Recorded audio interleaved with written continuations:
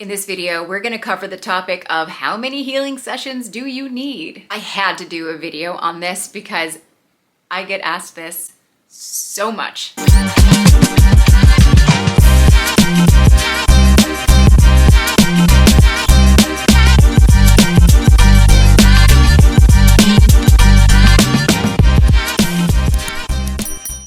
So in this video, I'm going to go over the guidelines that I give my clients when they ask me that question, which is inevitable.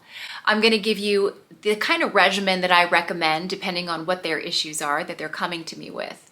And we're also going to go over some advice that I have for people who want healing oh so much, want to buy packages, they want to do all the healing, but they can't afford it. Stay tuned. So how many healing sessions do you need in order to get the result you want? Well, the answer is ultimately up to you and your trusted practitioner. But in this video, I'm going to give you the same guidance that I give my clients when they ask me. What we actually want to accomplish with the healing session is to create a new normal. A new normal in your mind, a new normal in your physical body, in your emotions, in your etheric body. In order to create a new normal, we need to establish a pattern. In physics, 3 is the smallest number required to create a pattern. With a little digging, you can find the number 3 so pervasive throughout history, in all cultures. And why 3? Well, it's short, powerful, and memorable. In physics, you have Newton's 3 rules of motion. In music, you have the musical triads, the 3-note building blocks of musical harmony. In photography and art, you have the principles of composition, which is basically the rule of thirds. And in religion, of course, you have the concept of the triple deity, as in the Maiden Mother, Crone, Father, Son, Holy Spirit. You get the idea. 3 seems to be the magic number here. I tell my clients that 3 sessions, anywhere from 10 days to 3 weeks apart, has a resounding effect on the body. Your body will begin to remember what it's like to feel calm and safe and secure. It'll enhance your sense of authenticity, who you really are, and you'll start to really trust your inner knowing. And it is all downhill from there, in a good way. So my recommendations are as follows. If you're coming in for stress, 1 to 3 sessions. If it's just general stress, my coworker bugs me type of stress. If you're coming in for stress that has manifested itself somehow in the physical in the form of some disease, well, then I would suggest at least 3 sessions, maybe 6, maybe 9. If you're coming in for stress that's resulted in physical disease due to some toxic upbringing or childhood traumas or past lives or ancestral issues, well, expect for this to be something that you do at least 9 times. I like the gym analogy. Think about how out of shape people don't have this expectation that they're going to go to the gym a few times and then magically be in shape. I do recommend waiting at least a week before your next Reiki treatment, especially if it's your first time. And it's not just because you can't handle, all this powerful energy. You're new and so you're weak. This is not meant to demean anybody.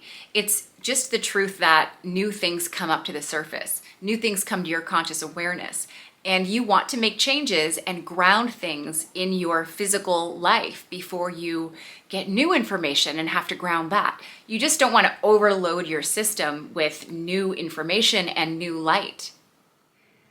So just like a bodybuilder builds muscle in between workouts, right? They're not at the gym building muscle actively while they're lifting weights.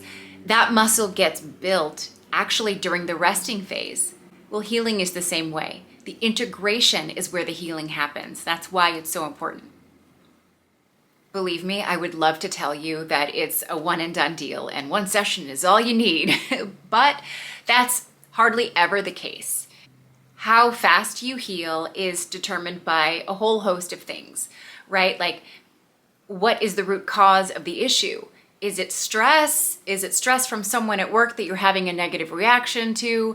Is it because you have a childhood wound or an ancestral trauma or, some kind of past life issue. It's determined by how receptive you are to the healing energy, what kind of habits you have in your personal life that might affect the integration, who else you have in your personal life that might have an energy cord to you. And I'll do some cord cutting, and then, even though I say don't call that man, you call the man. And oh God. I do want to mention a case where someone was one and done, and she came in with some physical disease in conjunction with some serious childhood trauma. I was not expecting this to be completely healed in one session, and neither was she, but it happened. I mean, she went from having her test results say one thing to her test results say something else. And she went back 3 months, and they were still 6 months. They're still to this day. I mean, now I don't feel comfortable taking complete credit for that, even though I was her healing facilitator. I think that she was really receptive. She was really ready. She had tried everything before coming to me. She was really receptive. She knew me on a personal level, and she trusted me. So there wasn't this sense of me having to convince her that healing was possible. She was just ready. I mean, she was tired, and she was just like, okay, fine, I'll try this. And it worked. And it will also depend on the skill of your practitioner. There are practitioners, such as myself, that use Reiki as a foundation, but then I bring in other modalities as well. I'll throw in some angel healing. I'll throw in some pranic healing. I got the crystal light bar. I got the amethyst mat. You know what I mean? Like, I throw the kitchen sink at people sometimes. This advice, though, is geared toward people who are focusing primarily on Reiki healing. We never want to rush the healing journey, because oftentimes it's the lessons we learn, the epiphanies we have, the skills that we acquire during the healing process that not only help us to maintain the healing and to stay healed, but that we can set examples for the rest of humanity. Now, I have some advice for you, and I'm sure we've all been there, where you really want to invest in yourself, in the healing sessions, but you've just reached a place where you just can't afford it. It feels unsafe. It just doesn't feel grounded. Well, in those instances, what I tell people is, if you can't have it, you don't need it. And I truly, truly mean that. But what's really needed in these cases is grounding. And that is free. Grounding can look like beginning some kind of exercise program, just going for walks, putting your feet into the earth, petting a dog, cooking for yourself, cleaning out your closets, organizing, paying your taxes, anything that affirms your ability to be present, and that where you are matters, and that you matter, and that your physical body and your money matters. Maybe it's about you making sure that you actually allocate money to the right things before you do healing sessions. Because if you do a healing session and you're not feeling really good about it, that's going to hinder your ability to receive the energy. So don't do it. I never recommend people getting healing sessions if they don't feel comfortable doing it financially. Well, I hope that was helpful in answering that question. I have some exciting news that I want to share with any aspiring Reiki students, and that is a free e-guide that I've created for finding the right Reiki healing teacher for you.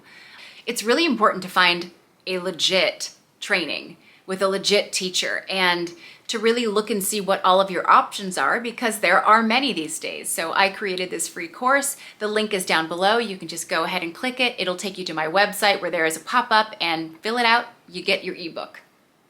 And some more exciting news, I am going to be hosting a Reiki training retreat and certification in Ireland and in Scotland this summer. It's going to be late summer. So if you're interested at all in that, you can check out the link below. It will take you right to the sign up page where you can get some more information.